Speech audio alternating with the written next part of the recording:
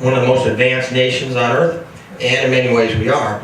But in some countries, when they talk about somebody who had died, they talk about it like what we would say is he has departed. He has left us. In Africa and other countries, they would say he has arrived. He is home. And that's an entirely different way of looking at it. Entirely different way of looking at it. And that doesn't minimize the grief that we feel or the pain that we feel. But it does change the way we can look at that. There's a story about a little boy had to go into town and they had to walk to town. They had to cross a big bridge. And there was one of those swingy bridges that, like Indiana Jones type bridge.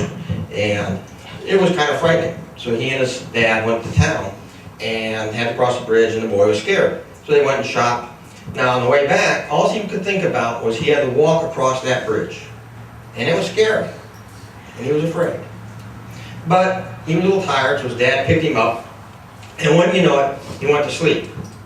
Next morning he woke up in bed, safe. That's the way it is. If we're in the hands of the Father God, the loving God, He can carry us through whatever we need to be carried through, even if that's death.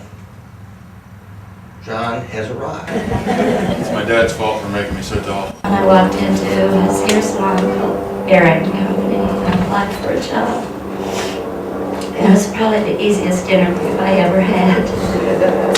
And kind of kept in touch over the years. So he said, I'm coming to West Virginia to go to the mountains if you want to go. It was a couple of years ago. I said, sure, I'd love to go. And so back and forth on the phone, and we go into Florida.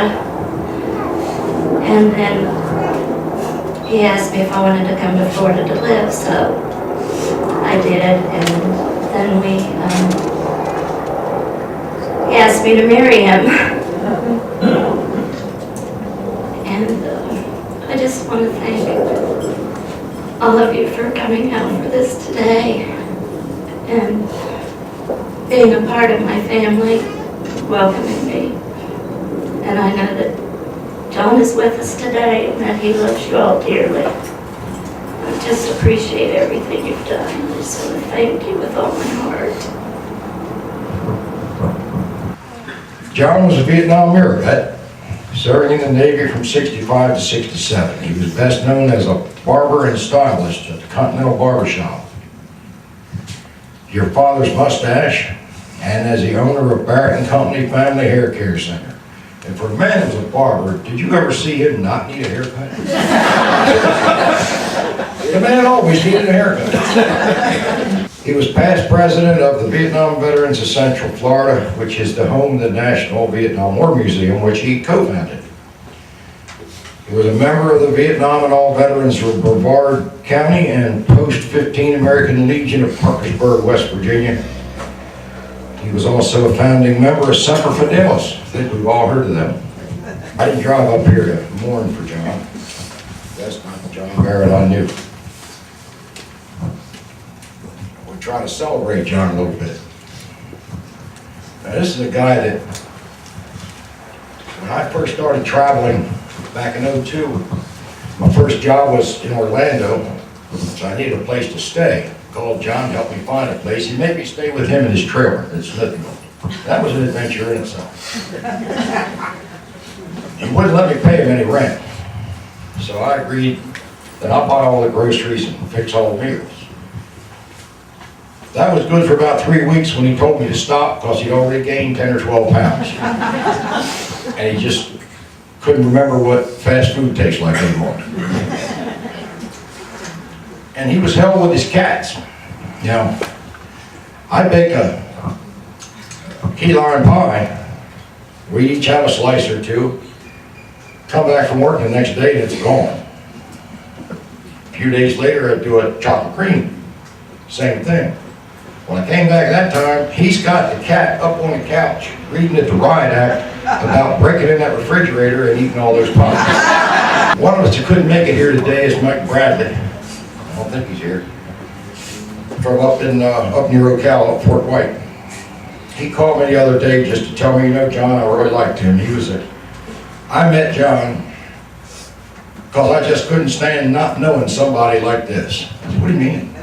He said, here's this 6 foot some odd inch guy with white hair, wearing a black vest, walking a freaking cat through the reunion on a leash.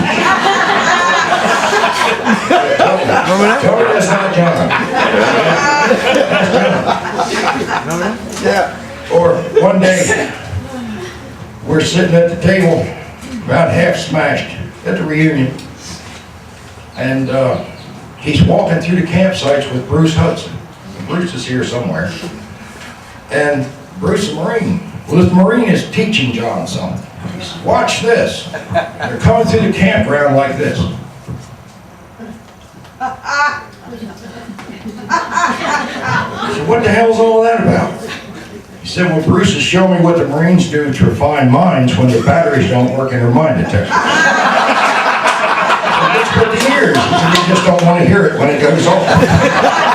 I could sit down with people for hours on John. I just can't stay here and I'll give this up. First of all, thanks everybody for coming out for John. Like Tom said, we're here to remember John and have a good time, and not to mourn him. But John being John, he was always thinking of the other guy. And about 2 years ago, we lost a very close friend and brother, Gary Pelletier. Gary was a Vietnam Perfume River Marine, lost his leg there probably about 4 or 5 hours before he was supposed to be leaving his base camp or whatever. But Gary and John hit it off, and when Gary passed away, John wrote this, and he asked us to use it anytime one of ours leaves our ranks. So I'm going to read this on behalf of John, even it does apply to him, but it doesn't. But it's fitting for it to be read here, I think. It says, when America had an urgent need, this brave one raised his right hand.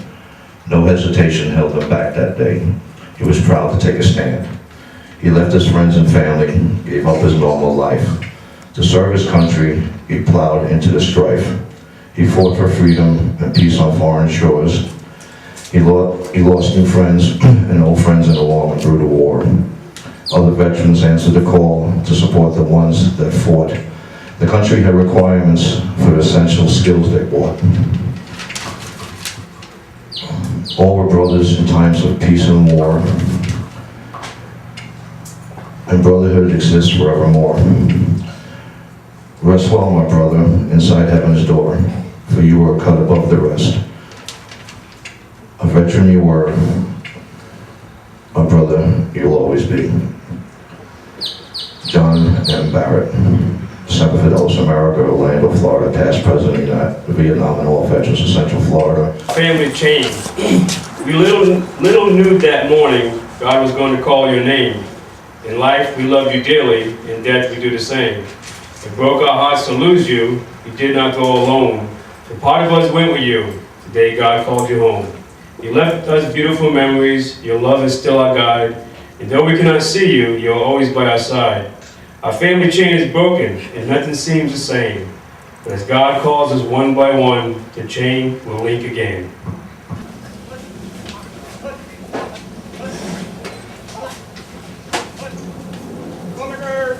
Hold! One by one, hold your colors.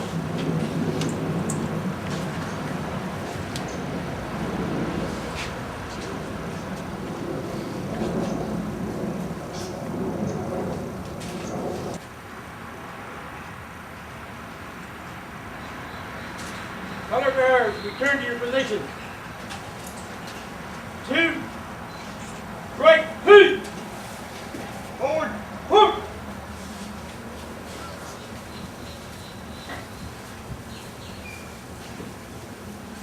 Arms right,